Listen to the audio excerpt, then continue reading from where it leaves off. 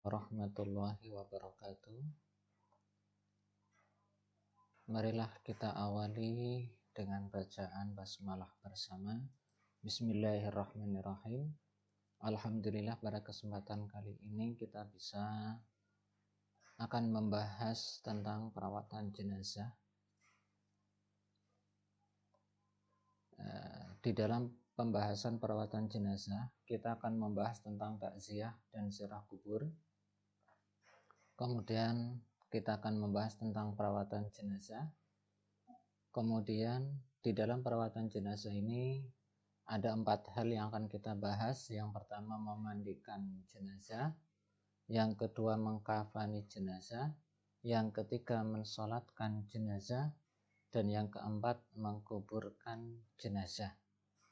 Adapun video-video dari pemakaman, cara memandikan dan sebagainya nanti kita lewati, mengingat durasi yang nanti akan sangat panjang sekali.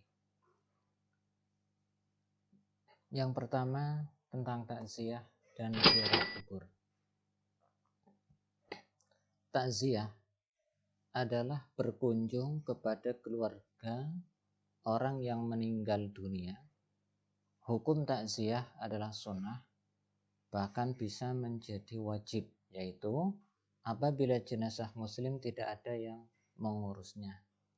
Takziah sebaiknya dilakukan sebelum jenazah dimakamkan, agar dapat membantu pengurusan jenazah, paling tidak untuk ikut mensolatinya atau mengantarkannya kepada pemakaman. Yang memandikan dan mengkafani jenazah biasanya adalah keluarga dekat dan dibantu oleh orang yang mengetahui tentang cara pengurusan jenazah. Seandainya orang yang membantu dalam memandikan jenazah adalah keluarga atau mahram, maka boleh-boleh saja apabila jenazah itu laki-laki, maka boleh dimandikan oleh perempuan yang masih termasuk mahramnya.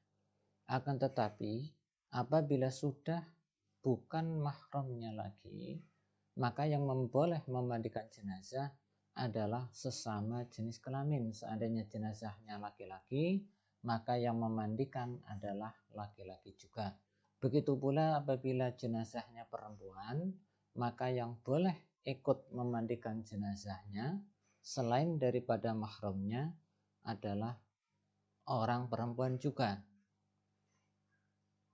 Keharusan memandikan jenazah atau pengurusan jenazah sebagaimana sabda Rasulullah an Abi Hurairah radhiyallahu anhu qala Rasulullah sallallahu alaihi wasallam, man syahida al janazata hatta yusalli 'alaiha falahu qiratan wa man syahidaha hatta tudfan falahu qiratani. Qila wa mal qiratani ya Rasulullah? Qala mislul jabalainil azimaini. Muttafaqun alaih. Yang artinya, dari Abi Hurairah radhiyallahu anhu, Rasulullah sallallahu alaihi wasallam bersabda, barang siapa yang takziah hingga mensolatkan, maka dia mendapat pahala 1 qirat.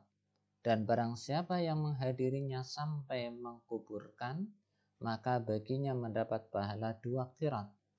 Ketika Rasulullah ditanya sahabat, apakah 2 qirat itu?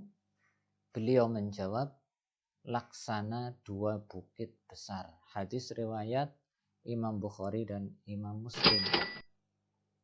Ada bertakziah.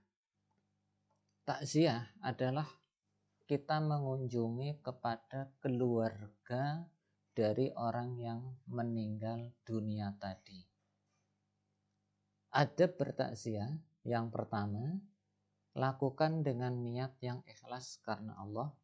Yang kedua, pakaian atau busana yang dikenakan harus sopan dan menutup aurat.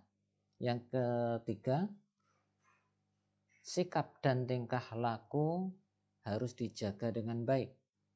Yang keempat, pada saat bertakziah kita mengedepankan doa agar jenazah diampuni dosanya dan dirahmati oleh Allah. Sedangkan cara mendoakan kepada jenazah yang paling baik adalah dengan mensolatkannya. Hendaknya memberi nasihat kepada keluarga jenazah atau keluarga yang terkena musibah agar menghadapi musibah itu dengan penuh kesabaran, penuh ketawakalan, dan dengan tetap menjaga kualitas keimanan. Yang selanjutnya, adab bertakziah yang selanjutnya adalah memberikan bantuan seperlunya sesuai dengan kondisi dan kemampuan. Kemudian mengingatkan keluarga jenazah tentang hutang piutang yang dimiliki oleh jenazah terkait dengan hutang kepada orang lain. Itu fungsi dari takziah. Kemudian ziarah kubur. Ziarah kubur artinya mendatangi pemakaman orang yang telah meninggal dunia. Ziarah kubur hukumnya sunnah. Sebagaimana Rasulullah bersabda, zurul kubur fa innaha tudzakkirukumul maut. Zurul kubur fa innaha tudzakkirukumul maut. Rawahu Muslim. Yang artinya, berziarahlah kalian ke kubur, karena sesungguhnya ziarah kubur itu dapat mengingatkan engkau kepada kematian. Hadis riwayat Imam Muslim. Adapun ziarah kubur, ada adab-adab yang harus kita jaga pada saat ziarah kubur, yaitu yang pertama,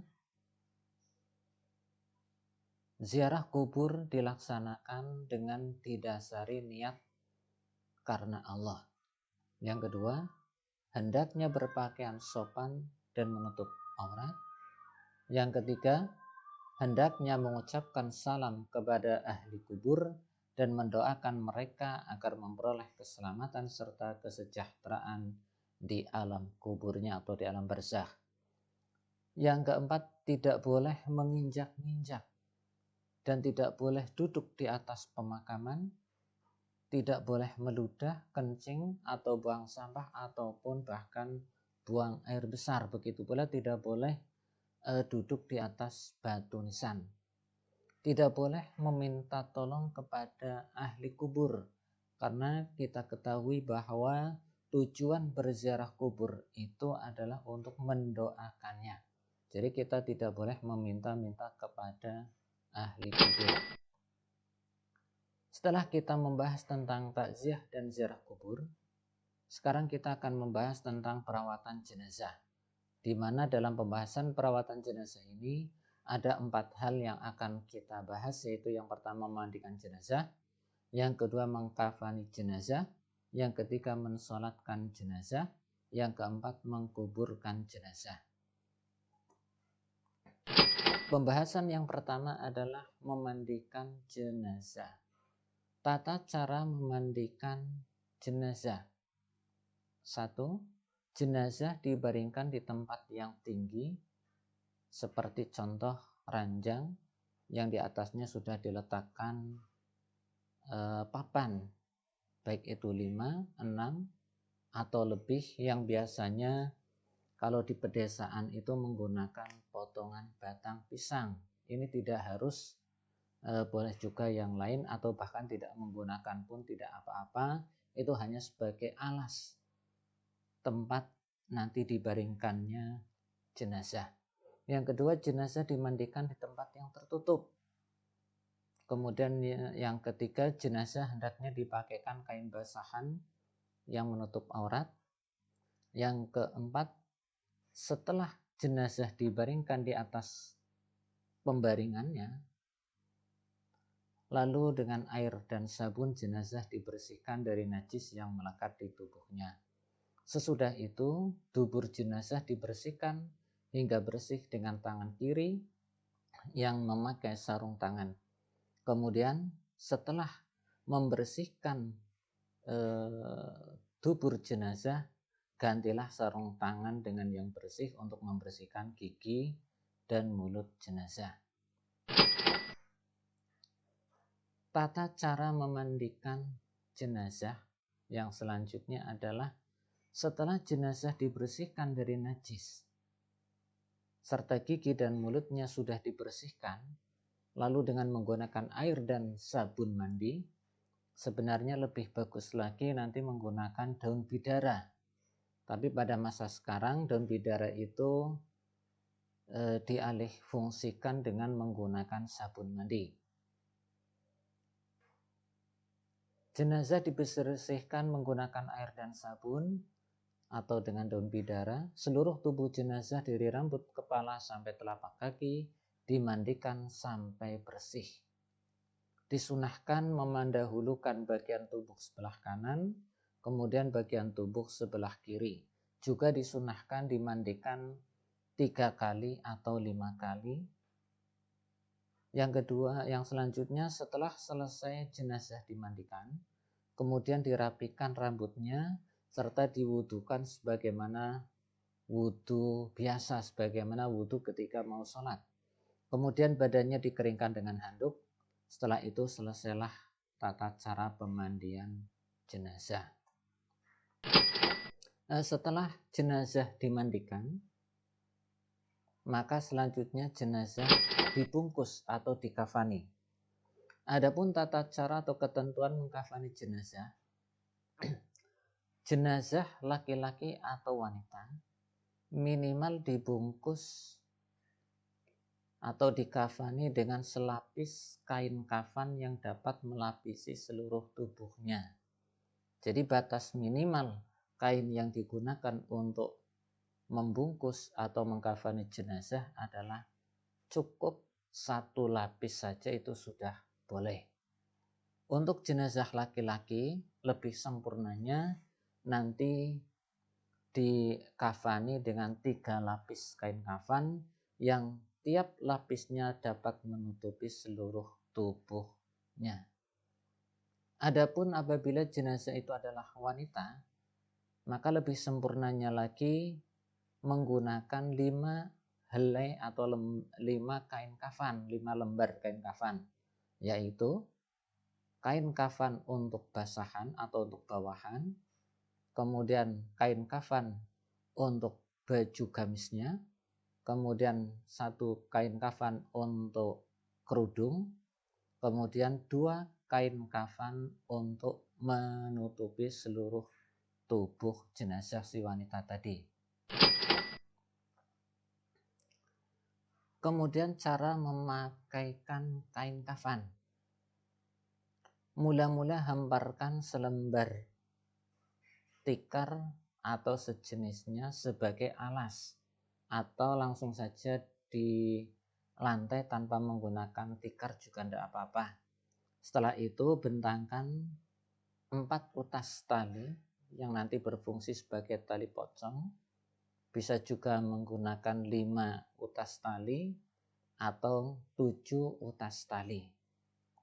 Nah, di masyarakat di pedesaan itu biasanya lebih banyak digunakan dengan 7 utas tali yang nanti untuk mengikat kain jenazah setelah jenazah itu dibungkus dengan kain.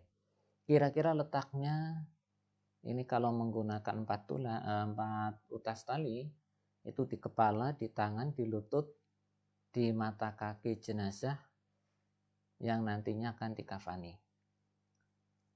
Kemudian hamparkan di atas lantai tersebut kain kafan yang sudah disiapkan sehelai demi sehelai, dan setiap helainya sebaiknya diberi wewangian. Jadi kita hamparkan sehelai, kemudian dikasih wewangian, kemudian hamparkan lagi 1 helai, kasih lagi wewangian, dan begitu seterusnya. Yang ketiga, jenazah hendaknya diolesi kapur barus yang halus, kemudian diletakkan di atas hamparan kain kafan yang telah disediakan. Kedua tangan jenazah diletakkan di atas dada menyerupai orang yang sedang sholat. Tangan kanan di atas tangan kiri, atau diperbolehkan juga secara irsal, yaitu tangan diluruskan ke bawah.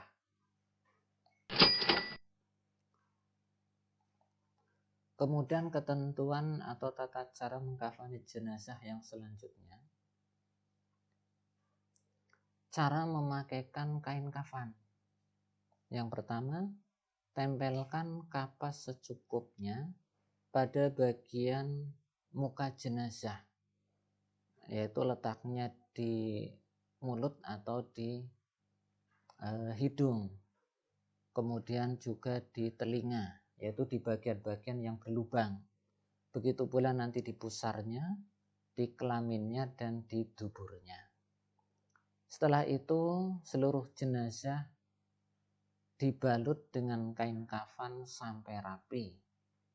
Setelah itu kemudian diikat dengan 4 utas tali atau 5 utas tali atau boleh juga 7 utas tali yang sudah disiapkan tadi. Nah, setelah itu selesailah pembungkusan atau mengkafani jenazah.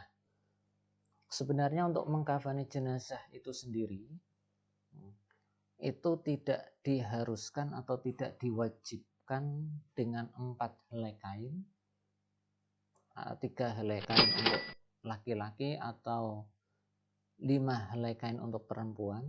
Boleh juga 1 helai kain yang menutup seluruh tubuh jenazah.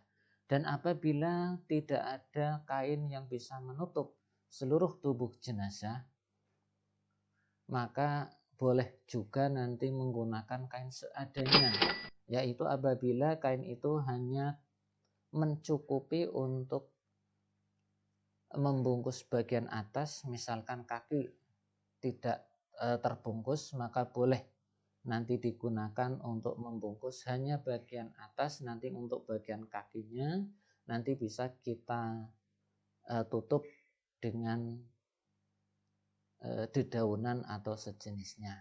Nah, itu pernah terjadi pada masa Rasulullah. Kemudian yang ketiga, mensolatkan jenazah. Pengurusan jenazah yang ketiga, setelah jenazah selesai dimandikan, kemudian jenazah selesai dikafani, barulah jenazah disolatkan. Salat jenazah dilaksanakan setelah jenazah selesai dimandikan dan dikafani. Hukumnya adalah fardu kifayah bagi orang-orang muslim atau muslimat yang masih hidup. Artinya, apabila mensolatkan jenazah atau pengurusan jenazah itu sudah dilaksanakan oleh sebagian orang, maka gugur kewajiban pengurusan atau mensolatkan jenazah dari orang-orang yang belum mensolatkannya. Akan tetapi apabila tidak ada satupun orang yang melaksanakannya, maka keseluruhan masyarakat menjadi berdosa. Adapun tentang jumlah orang yang mensolatkan, ada sebuah hadis yang disampaikan oleh Ibnu Abbas. An Ibni Abbas qala sami'tu Rasulullah sallallahu alaihi wasallam yaqul ma min rajulin muslimin yamutu fayaqumu ala janazatihi arba'una rajulan la yusyrikuna billahi syai'an illa syafa'ahumullahu fihi. Rawahu Ahmad wa Muslim. Dari Ibnu Abbas katanya, aku mendengar Rasulullah bersabda, orang Islam yang mati, lalu jenazahnya disolatkan oleh 40 orang muslim yang tidak musyrik, maka Allah menerima syafaat mereka terhadap jenazah tersebut. Hadis riwayat Imam Ahmad dan Imam Muslim. Kemudian syarat sahnya sholat jenazah. Yang dimaksud dengan syarat adalah sesuatu yang harus sudah terwujud sebelum pelaksanaan sholat jenazah, dan itu harus tetap ada sampai sholat jenazah selesai dilaksanakan. Itu namanya syarat dari sholat jenazah. Syarat sahnya sholat jenazah yang pertama, orang yang mensolatkan syaratnya harus muslim suci dari hadas besar dan hadas kecil, suci badan, pakaian maupun tempat dari najis, menutup aurat, dan dalam mensolatinya menghadap ke arah kiblat. Salat jenazah dilakukan setelah jenazah selesai dimandikan dan setelah selesai dikafani. Yang ketiga, letak jenazah di sebelah kiblat orang yang mensolatkannya. Terkecuali kalau sholat jenazahnya dilakukan di atas kubur atau sholat jenazahnya dilakukan secara sholat gaib, yaitu sholat jenazah yang dilaksanakan pada saat jenazah tidak dihadirkan di lokasi mensolati. Rukun sholat jenazah. Sholat jenazah dilakukan dengan niat ikhlas karena Allah, kemudian takbir 4 kali, kemudian membaca surat Fatihah sesudah takbir pertama atau takbiratul ihram. Yang keempat, membaca sholawat Nabi setelah takbir kedua. Yang kelima, membaca doa setelah takbir ketiga. Yang keenam, membaca doa setelah takbir keempat. Kemudian yang ketujuh, berdiri jika mampu. Yang kedelapan, mengucapkan salam.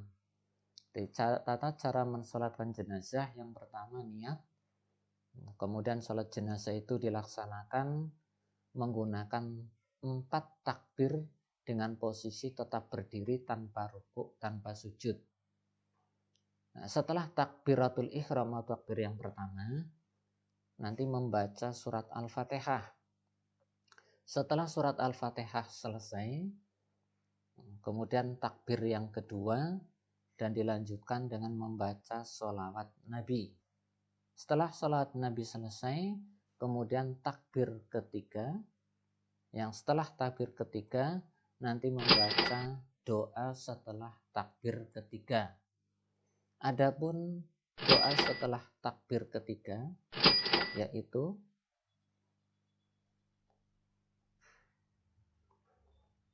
Allahumma firlahu warhamhu wa'afihi wa'fu anhu.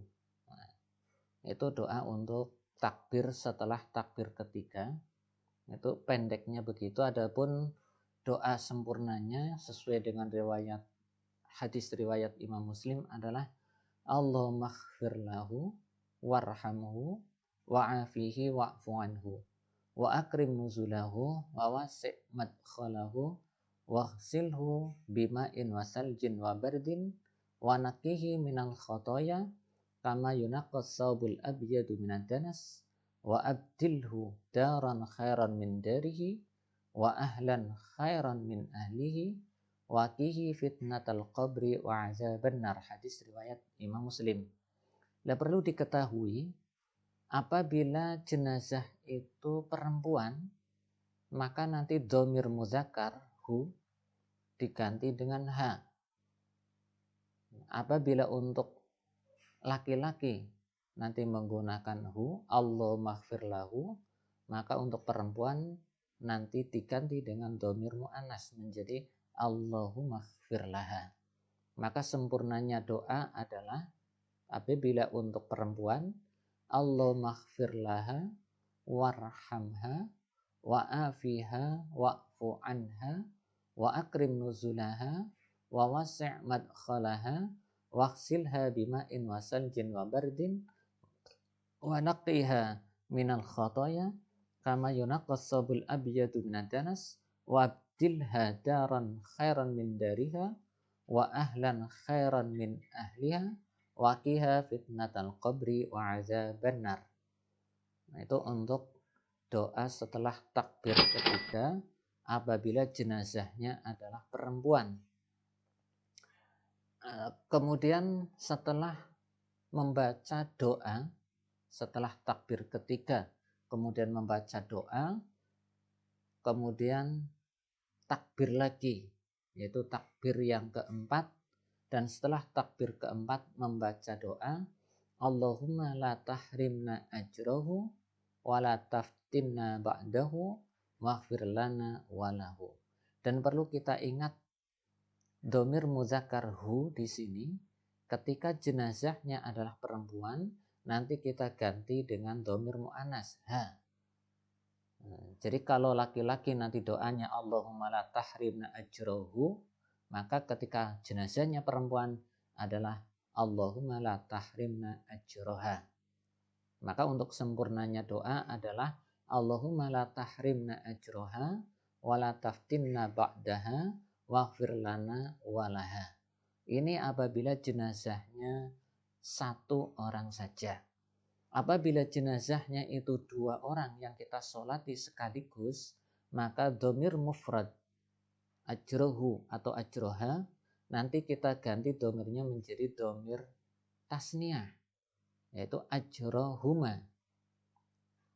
Maka lafal doanya menjadi Allahumma la tahrimna ajrohuma wa la taftinna ba'dahuma waghfir lana walahuma. Begitu pula ketika jenazahnya itu jamak, yaitu lebih dari 3. Adapun sunnah-sunnah dalam mensolati jenazah, yang pertama mengangkat tangan ketika mengucapkan 4 takbir. Dari Ibnu Umar, an Ibni Umar annahu sallallahu alaihi wasallam kana yarfa'u yadayhi ala kulli takbiratil janazah. Rawahul Baihaqi. Dari Ibnu Umar, sesungguhnya Nabi sallallahu alaihi wasallam mengangkat kedua tangannya pada semua takbir salat jenazah. Hadis riwayat Imam Al-Baihaqi. Kemudian yang kedua, israr, yaitu merendahkan suara bacaan salat. Disunahkan ketika sholat jenazah, nanti bacaan-bacaan pada saat sholat jenazah dilantunkan dengan suara rendah, bukan suara yang keras. Kemudian yang ketiga membaca ta'awudz setelah takbiratul ihram dan sebelum membaca surat Al-Fatihah disunahkan membaca ta'awudz. Adapun lafal ta'awudz itu adalah A'udzubillahi minasyaitonirrajim. Setelah itu baru dilanjutkan dengan surat Fatihah. Beberapa hal tentang sholat jenazah. 1. Sholat jenazah boleh dikerjakan secara munfarid. Artinya dikerjakan secara sendirian, tidak berjamaah. Akan tetapi sebaiknya sholat jenazah dilaksanakan secara berjamaah. Salat jenazah yang dilaksanakan secara munfarid ini pernah terjadi pada masa wafatnya Rasulullah. Para sahabat mensolati Rasulullah itu dengan cara munfarid, salatnya sendiri-sendiri. Hal ini menjadikan Rasulullah setelah beliau wafat tidak langsung dimakamkan dikarenakan jamaah yang silih berganti, dikarenakan orang yang mensolatinya datang silih berganti dan dalam mensolati Rasulullah dilaksanakan secara munfarid atau tidak berjamaah. Yang kedua, wanita yang beragama Islam boleh dan sah-sah saja apabila mensolatkan jenazah. Yang ketiga, jika jenazah yang disolatkan ada di tempat pelaksanaan sholat jenazah, maka perlu diperhatikan beberapa hal. Yang pertama, jenazah diletakkan di depan orang yang mensolatkan, yaitu di depan imam apabila dilaksanakan sholat jenazah secara berjamaah. Dengan posisi jenazah kepalanya di utara dan kakinya menjulur ke selatan.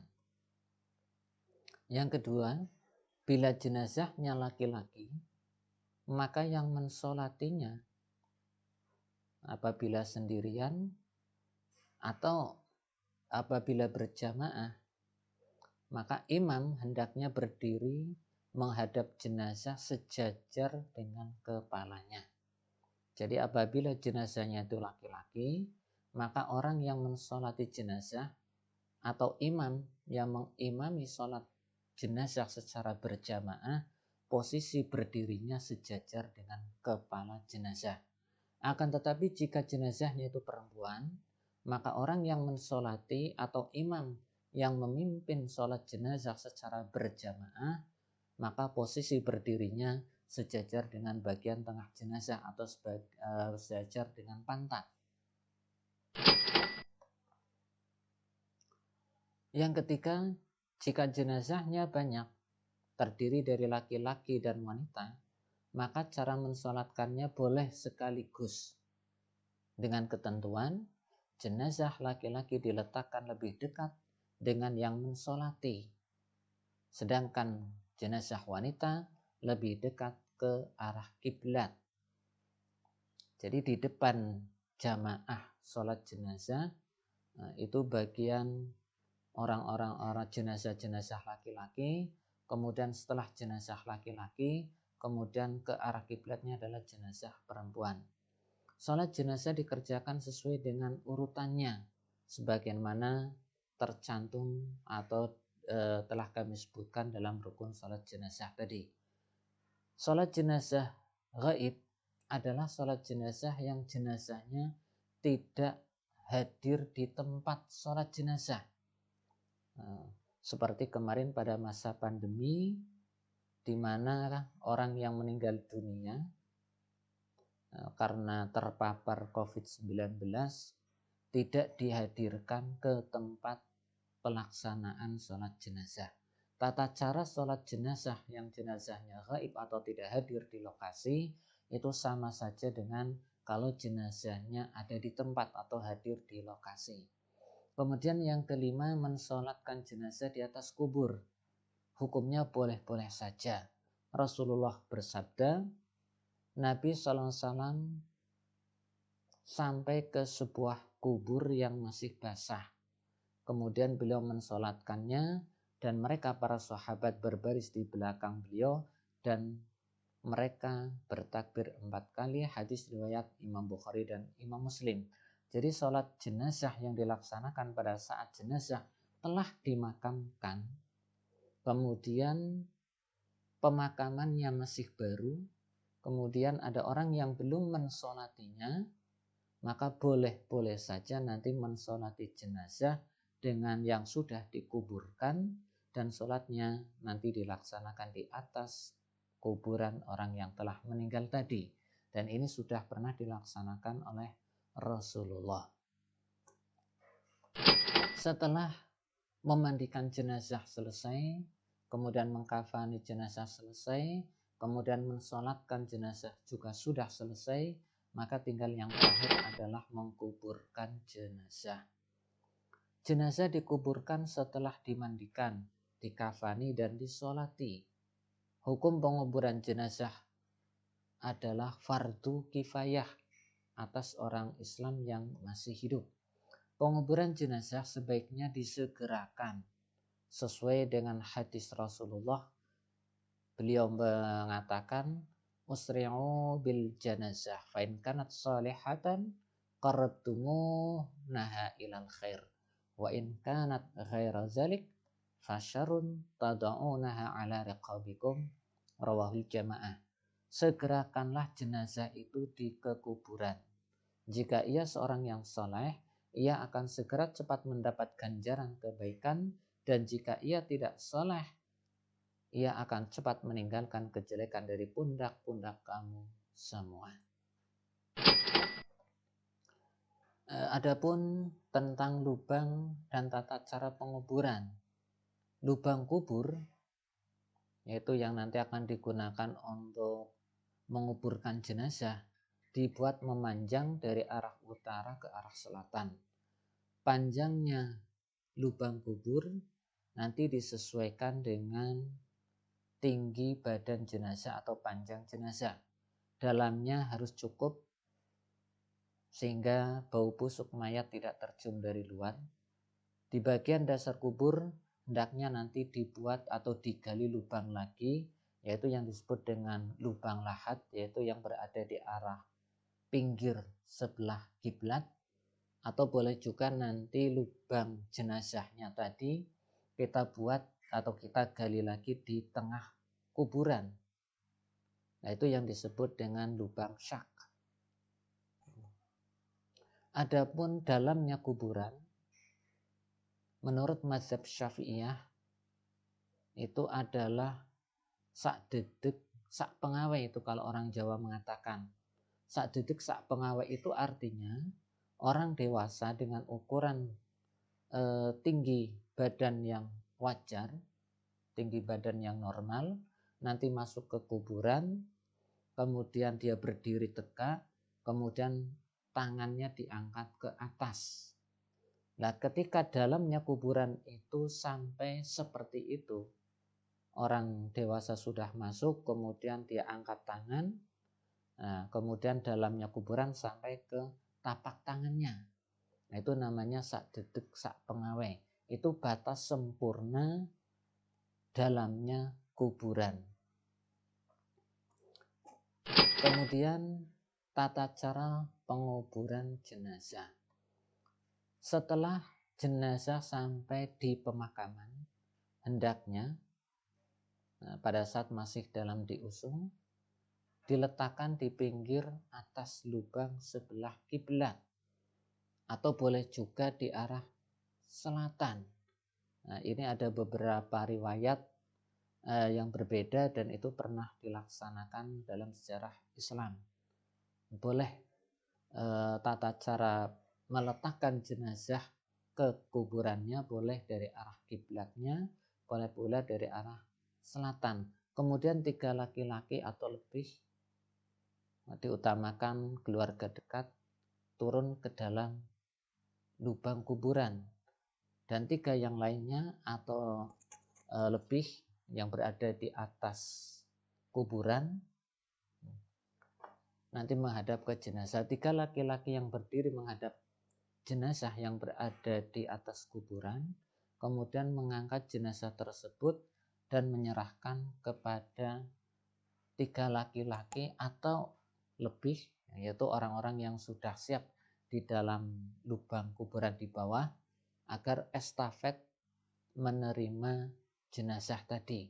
Kemudian setelah itu jenazah diletakkan ke dalam lubang liang lahatnya dengan hati-hati, dimasukkan ke lubang lahat atau ke lubang syak apabila lubangnya itu berada di tengah, dengan posisi miring, kepala di sebelah utara, kaki sebelah selatan, sehingga kira-kira itu nanti jenazah bisa menghadap ke arah kiblat.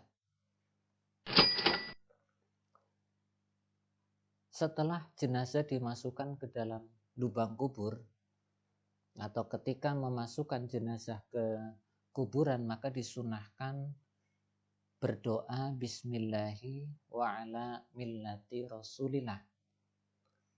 Nah, ketika jenazah sudah di lubang lahat atau di lubang syak, maka tali-tali pocong tadi, baik yang berjumlah 4 utas tali, atau mungkin 5 utas tali, atau mungkin 7 utas tali yang tadinya mengikat jenazah, maka sekarang dilepas.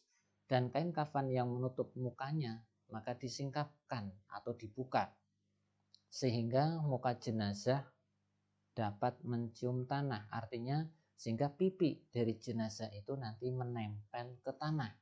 Setelah jenazah sudah diletakkan di lubang lahat dan posisi pipi sudah menempel ke tanah, kemudian kaki juga nanti dibuka dan kaki menempel ke tanah, jenazah ditutup dengan papan atau bambu. Ini tidak harus, akan tetapi penggunaan papan atau bambu ini yang diletakkan di liang lahat itu berfungsi untuk melindungi jenazah dari tanah yang nanti akan dijadikan untuk mengubur jenazah atau timbunan tanah. Setelah tubuh jenazah dilindungi dengan papan atau bambu, lalu ditimbunlah dengan tanah.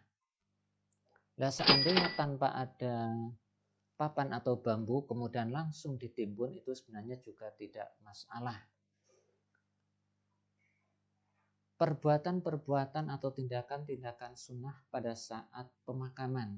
Yang pertama, jika jenazah perempuan disunahkan dinaungi dengan kain. Yang kedua, meninggikan kubur jenazah, yaitu tanah pemakamannya nanti lebih tinggi daripada posisi tanah-tanah lainnya, kira-kira sejengkal. Kemudian menandai kubur dengan batu atau kayu, atau yang sering kita kenal dengan istilah